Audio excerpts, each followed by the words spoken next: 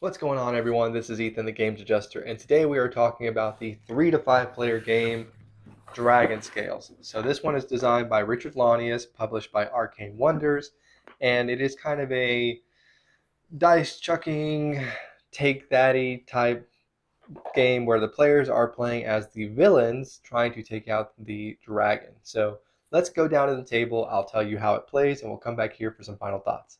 To begin the game, players will first choose which character they're going to be using. From left to right here on the bottom, we have Savathine, Spider Assassin, Tatiana, Queen of Vampires, Grimvale, the Undying, Meserax, the Mindbender, and Torlock, the Unconquerable. Each player will select the character they're going to use. They'll grab their miniature, put it on the entrance space here. They'll grab their deck of villainy cards. The 5 decks are here. They will get their 7 dice. Each of the dice are the same facings, just different colors. They'll each get 3 Dragonscales, and then they'll take their appropriate player sheet. This player sheet on the back will have a breakdown of what the dice faces are, as well as the dice faces for these black dice here. They'll also have a scoring guide, a round guide, and then here you'll see your health.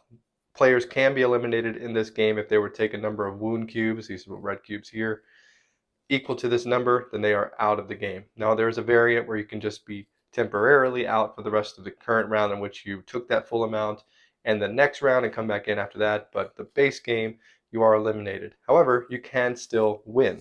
So we're not going to use the player shields just for this example, but just know that they are there. Now, after everyone has chosen their characters, we'll begin playing the game. The object of the game is to have the most points when the game ends. There are 2 ways in which the game will end. The first of which is slaying the dragon. You'll notice here there are a number of cubes in a 5-player game, which we have simulated here, the max player count. There are 19 cubes of each color, red, yellow, and blue. If all the cubes have been taken from the board before a player makes it to the exit over there, then the game ends immediately and will count points at that time. Alternatively, if a player makes it to the exit before the dragon is slain, the game will also end and will count points at that time. The end game points will change based on which outcome happened, and we'll get to that at the end. So let's talk through a round. Each round is played in 4 phases. The first thing we'll do is roll our dice. Let's go ahead and get these out of the way here, the Dragonscales, the cubes, and some of these in-game victory tokens. And let's just simulate what would happen if we rolled our dice. At the beginning of the game, we'll pick a first player. The owner of the game can choose who gets this, and then they could choose themselves or someone else. Let's just give this to Savathine there. And so each player behind their shield would grab all of their dice, and they would roll them Yahtzee style. So they would roll them, and then any of the dragon rage faces, which are going to be this black eyeball here, could not be re-rolled, but they would get 2 re-rolls. So here, Torlock has rolled a pretty good roll. They may not want to go ahead and re-roll since they didn't roll any dragon rage, so they'll just stop. So they'll say they're done, but let's say they didn't want to stop, they could re-roll up to 2 more times, except they could not again roll this dragon rage icon. All right, so let's just pretend they're done. Everyone else is done with exactly what was given there. And then we would go into the next phase, which is choosing actions. Starting with the first player, the players will assign their dice to the matching space here on the board. So let's go down to the board here real quick, and we'll kind of look at what that looks like. All right. Okay, so let's just, again, pretend the dice are as they are, and we're just going to assign them. So we'll start at the top. Each shield icon will go up here to defend. And anytime you assign dice, you put them on the top left space of that location. Okay? Or the furthest most left. The next one we would use would be the Dragon Rage. So here, we'll go ahead and put that there. And then the Villainy, which is the skull icon. The green player has not rolled that, so we'll skip it. The Loot, which is the diamond. The Attack, pretty good. They've got 2 attacks. And then the Boots. Boom. All right, then we move on to the next player. You'll notice here that depending on player count, we've got a 5-player game, so all the spaces are active. but depending on player count, some of these spaces may not be available. It's always going to be X minus 1, so the number of players minus 1. Here, 5 players, there are only 4 spaces for every spot except the Dragon Rage. Dragon Rage will happen regardless. All right, so we'll move on to the next players. So we'll do this quickly. There are no defend icons. There is 2 Dragon Rage. So anytime you have more than the player before you or the existing player count, then you go to the left of them. If it was equal to or less than, you go to the right. So here, red has bumped down the green player, and then they go on to the next thing. So they might assign their villainy die there. And now we have some options. So we've got the wild. We could have assigned this wild to the villainy. A wild can be used with any dice face, except it cannot be used by itself. So this would help to increase the number we have. So since we're already on the board with villainy, we're going to get something no matter what. We may decide not to use that there, and we might go ahead and put that with the loot and make that a 2 and put that there. And then finally, we'll assign the movement there. Then we move on to the next player and repeat. So here it's equal to or less than, so it goes to the right. Here we have equal to or less than, so it goes in front of the green but behind the red. Then we've got a wild, so we might go ahead and put that with the swords and then the 2 boots. And actually we might go ahead and put that there. That's probably a smarter move. Slide those players down and go there. All right, 2 more. So we've got Dragon Rage here for Meserax. He'll slide here. Shield icon. Actually, they might go ahead and put the wild with that. That's pretty good. Let's do that. Then we've got villainy, a boot, and 1 sword. And then finally, Torlock here had a pretty good roll. So we'll go with 1 villainy. We'll go with 3 swords. Slides everyone down. And then we'll go loot and 2 boots. Now you'll notice Meserax only has 1, so this would actually slide in here, and Meserax would get this die back. They would not get any benefit, so that is possible. All right, so after all the dice have been assigned, and that is the choose action step. You don't have to assign your wild dice, by the way, until this point. Then we take the action. So taking actions is very simple. We'll just kind of run through this round just to kind of talk through it, and then we'll get through the dragon attack, and it should do it. So taking the actions, you'll just read on the board. So here on the top, when you defend, it says heal 3 wounds or become protected from all wounds and theft. That's the benefit of the first spot. To heal would be to discard the red villain cubes that you may have acquired throughout the game, because again, you can be eliminated. Now you cannot discard the green cubes, which is a special poison cube that Savathine, this player, can use. But if you get the protected, you'll take this token here, and it says you are protected from all wounds and theft for the rest of this round. This will return back to the horde, which is the main supply, at the end of the round. Okay, so the first player might go ahead and take that, Meserax. Then we'll go on to the green player, heal 3 wounds. They have nothing to heal. The blue player would heal 2 wounds, nothing. And then we move on to the next step. So the next step is the Dragon Rage, and this is a pretty important step. The dragon, of course, doesn't want you stealing their cubes. So every turn, if there's players in the Dragon Rage, which inevitably there will be, then we're going to flip a card over and see what happens. So you'll notice here there are 3 different things going on. The first line up on the top represents how many wounds each player would receive in those particular spots. So 1, 2, 3, 4. Yellow's not on there, so yellow wouldn't get anything. But then red player would get 2 wounds and take a dragon scale from the horde. The blue player would take 2 wounds and take a dragon scale. The purple player would normally take a wound, but because they are protected, they do not. And then the 4th player would take a wound, the green player. And then before the dragon is enraged, we would also resolve this effect. Who dares? The player with the most dragon scales must choose lose 2 dragon scales or be attacked by the dragon and receive 2 villain wounds. So sometimes these will be kind of boons and everybody will get dragon scale maybe. Sometimes they're not as nice and will do more damage. So you'll have to resolve this effect as well.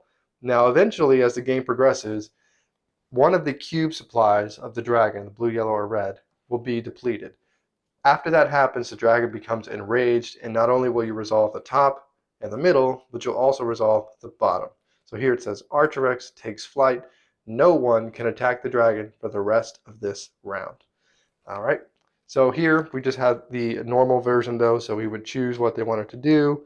Whoever had the most dragon scales is a 5-way tie. Everybody started with 3. No one got any more.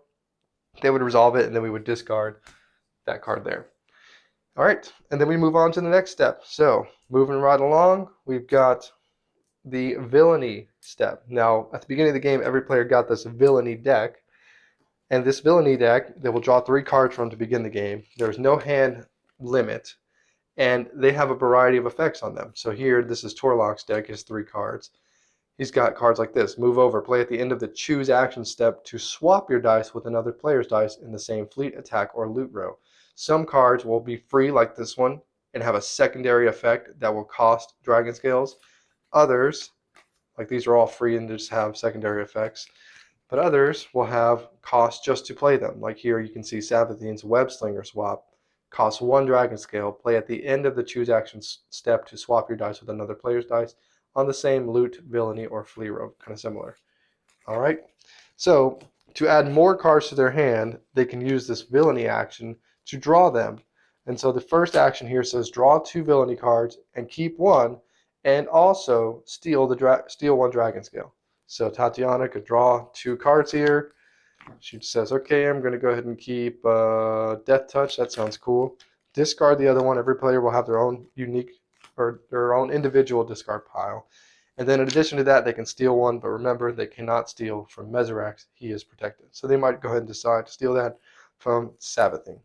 And then we go to the next player. The next one says, draw 2 villainy cards and keep 1 or steal 2 Dragonscales. So they might say, you know what, it's early, I need to get more of these cards. I'll draw 2 and keep 1. All right. And then the last player here, Torlock, just draws 1 villainy card. And then we keep moving on. So the next phase or next action to resolve would be to loot. So in looting, you'll draw 2 treasure cards and keep 1, starting with Tatiana here. So these treasure cards are worth in-game points. So here you can see this Vitality Elixir is worth 3 points. Some of them are one-time uses, while others have ongoing effects. When you could take these cards, like here we would draw the top 2 and keep 1, you'll create a discard pile with the other one, and these will go face down in front of the table until you activate them. So here, like Luck's Last Ring is worth 3 points, cost you 3 Dragonscales to play it, but if you do play those Dragonscales and you flip it over from being face down in front of you to face up, there's now a face-up treasure that you have, and it says during each roll dice step, you may make 1 additional reroll. So now instead of just 2 rerolls, you get 3. Okay? Or this Mimic Scroll here is a one-time use. It's worth 2 points if it's still face down in front of you at the end of the game. But if you decide to use it, it does not have a cost. You can discard it at any time to look through any player's villainy discard pile. Choose 1 card to add to any player's hand, including your own discard pile. Normally, throughout the game, you cannot look through the decks or the discard piles of any player or the Dragon Rage or Treasure deck. Okay, so you can draw 2 of these, keep 1. I might go ahead and take Luck's Last Ring here, and we'll assign that to, I believe that was Tatiana, and then we'll discard the other one. All right, next one is draw 1 treasure card or take 3 Dragonscales. They might go ahead and get on the treasure card train. Take 1 of those. And then the last 2 spaces are just take 2 Dragonscales, take 1 Dragonscales. Anytime you're taking Dragonscales, unless it says steal, you're just going to take that from the horde. Okay? And that's loot. Now, attacking is one of the critical components of the game because this is how you're going to get these dragon cubes. So let's go ahead and come back over here briefly. And let's see here. Let's give us some room. So when you attack, the first space allows you to attack the dragon with 8 dice, the second space with 6, the third space with 4, and then the last space is attack a player and deal 1 wound to them. All right, and so now when you're attacking, you're going to take these black dice. These black die have 3 faces on them. They've got the swords, blanks, and then more dragon rage. All right, so what you'll do, let's say this is the first player, Torlock. He's going to roll all 8 dice. He rolls them, and very similarly to before, any dragon icons are stuck. and you get 2 rerolls.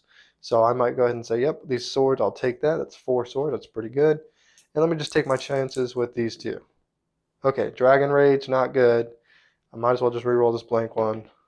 Okay, another Dragon Rage, not good. All right, now I'm done. Now, the way the attacks work is basically every 1.5 or 2 is a hit. So what I mean by that is like a 1 to 2 hits would be 1 cube that you can remove from the dragon.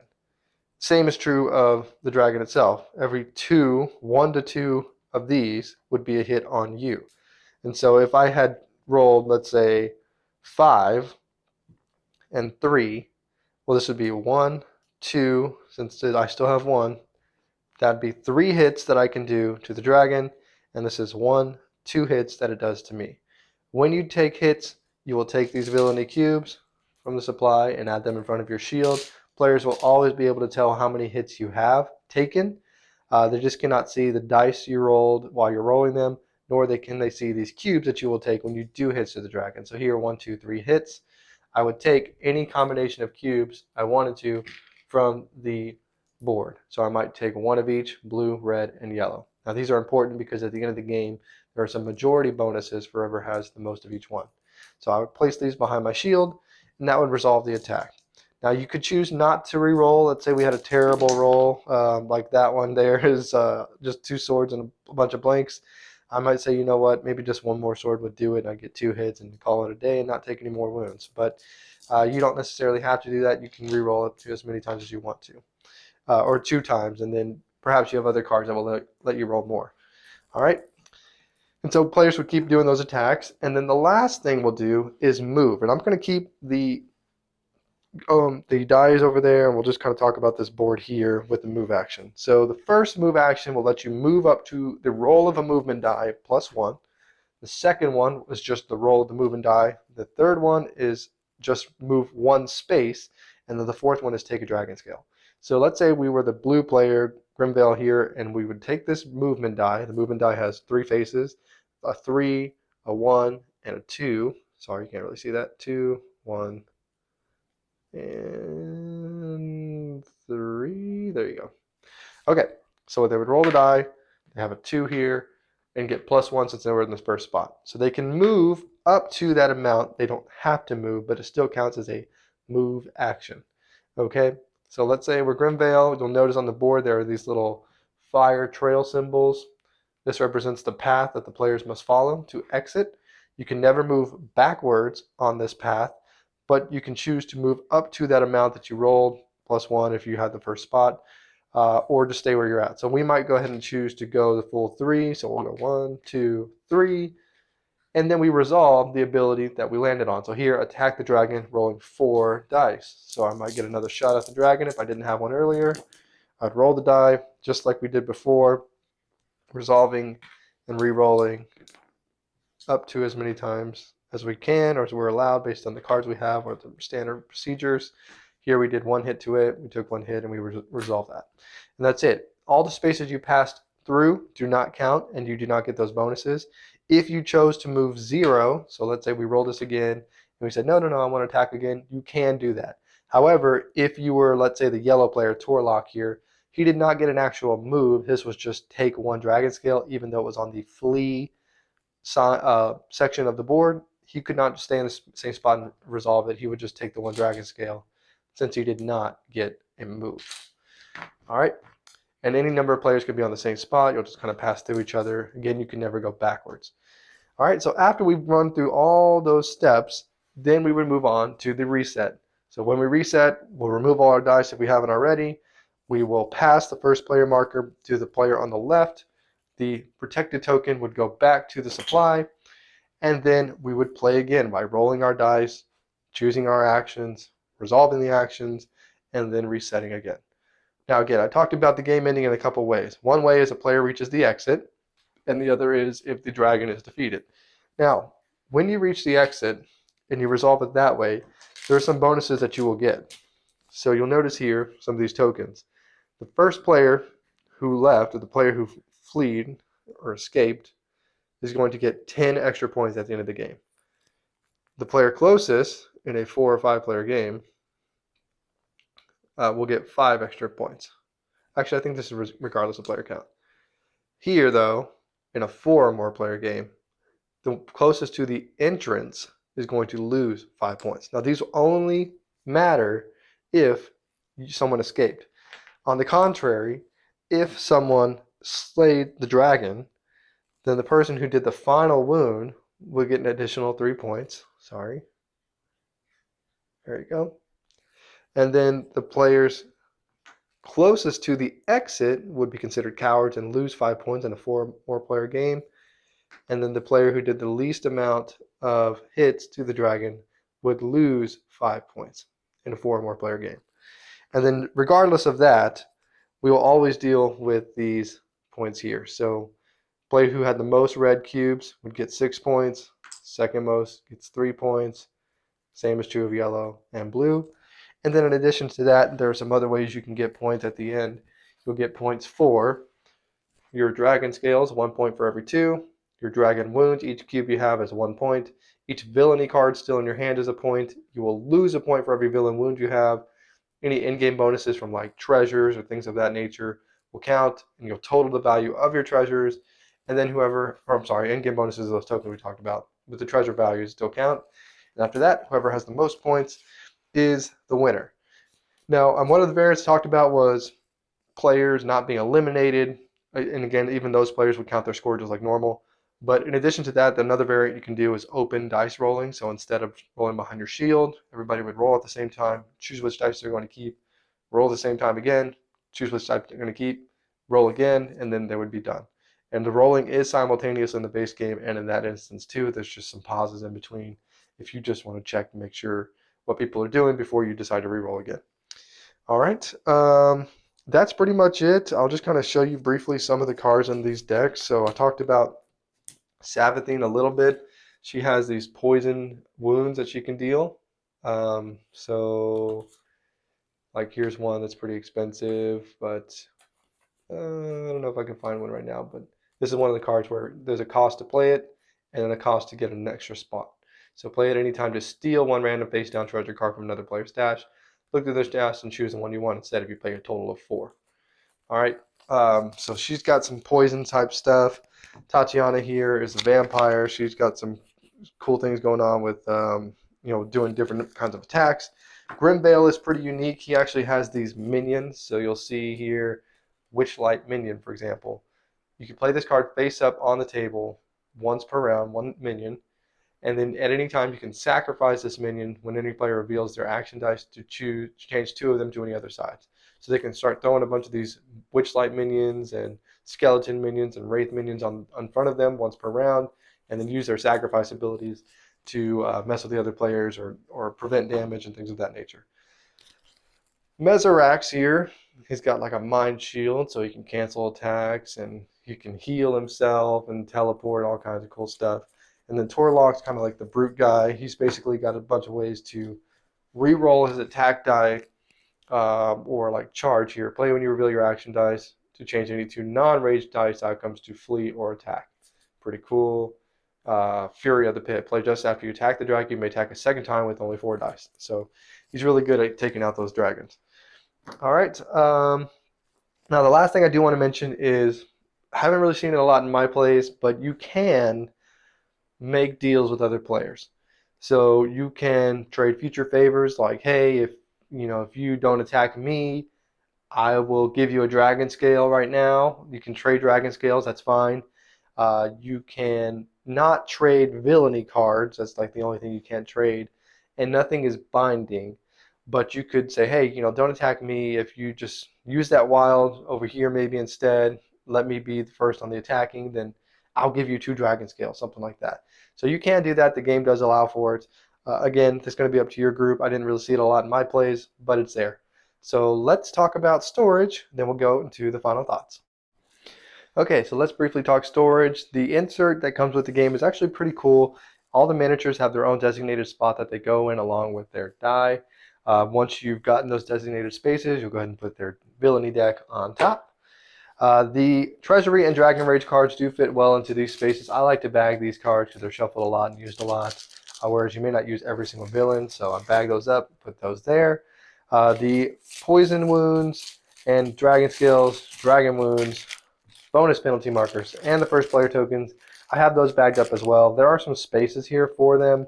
I don't know. If I store this vertically, I feel a little bit better about these die in here versus these small cubes and smaller pieces. So I've got that there, the tokens here, and then the cubes and the dragon scales in this little cubby here.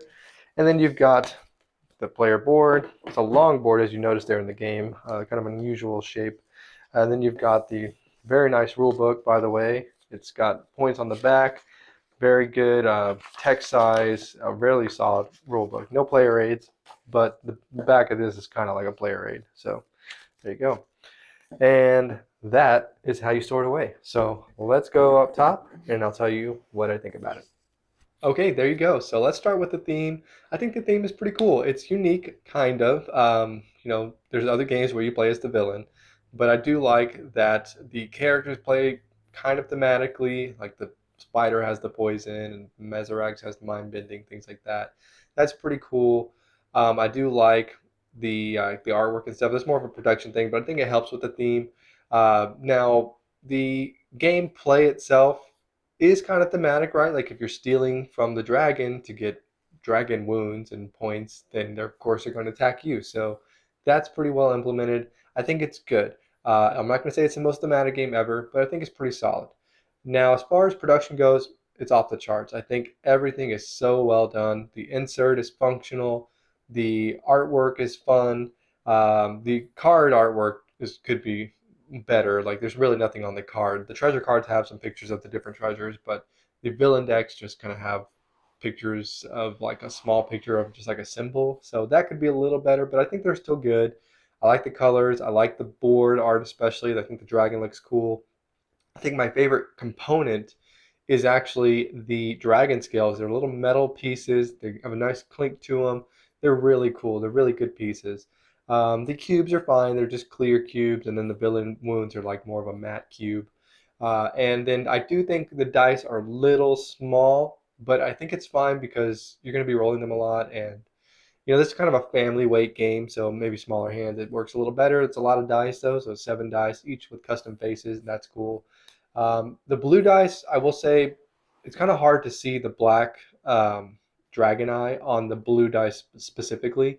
Now it's kind of obvious which one that is because the other faces are white, so it's not that big a deal. But that's just one of the comments, just to be full cover everything. But as far as production, A+, I think it's great. Arcane Wonders knocked it out of the park. I think it looks awesome. As far as the rules go, another solid plus.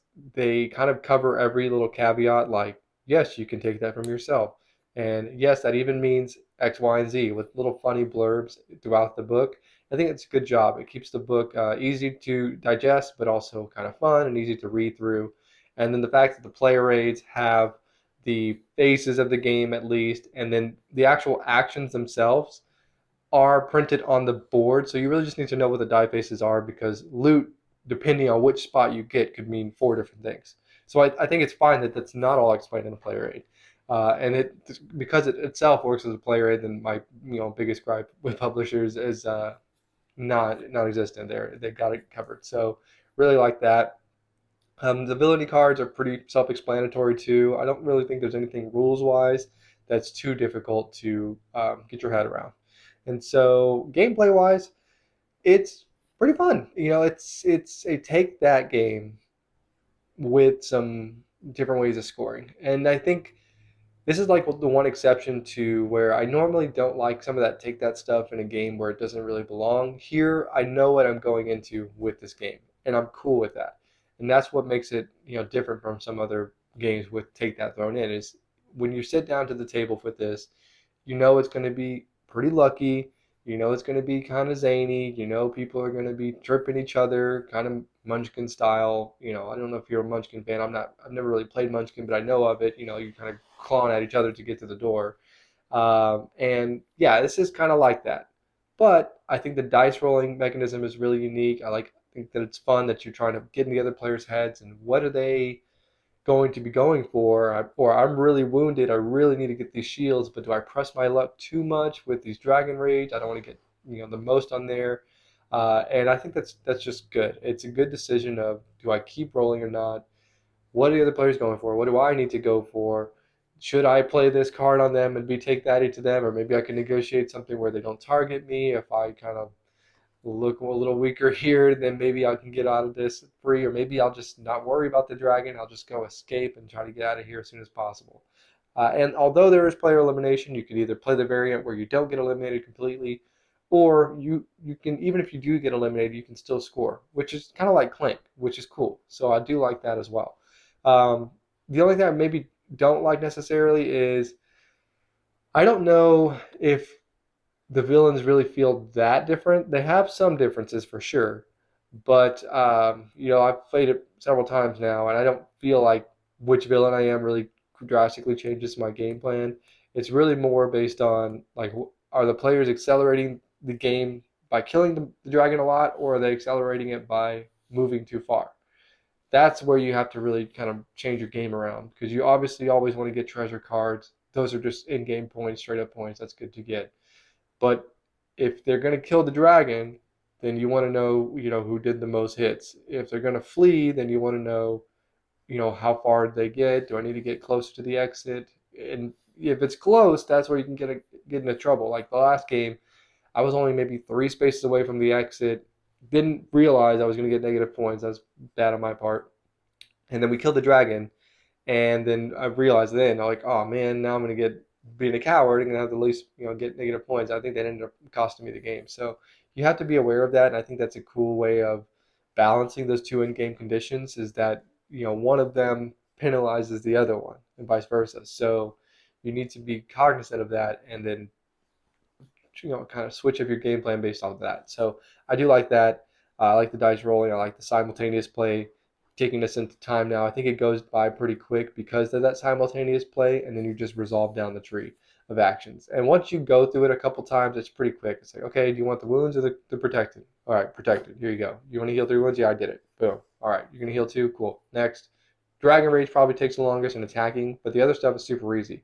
If you're going to get villainy cards, it doesn't really take that long for you to draw your 2 and then steal your dragon scale or take your dragon scale or whatever, and then the other person could start drawing and taking theirs too. So that's really not a big deal. Same thing with the moving. You just move, roll, roll your dice, move whatever, resolve the effect. It could be taking 2 dragon scales super quick. Could be the attacking the dragon, which again does take a little longer, but all of that doesn't take that long combined, and I think that's good. The box says 60 minutes. I think that's probably fair. Maybe 60 when you're playing with a 4 or 5 player game. If you're playing with 3 players, could be less because there's less dragon cubes too, and that'll change, how quickly the game ends. And then the setup and teardown is super easy. I have it bagged that way so that I can kind of pour it into that little poker chip tray thing that I have, and boop, boop, boop, pour, pour, pour. Easy, dragon cubes, pour on the board, sort them out, and then shuffle the decks, you're good. And the insert helps with getting that all done. So variety-wise, this one, I'm going back to kind of like, I don't feel like the players are that different. They are different again, but not vastly different. So I don't know, variety-wise, how much the game is going to change.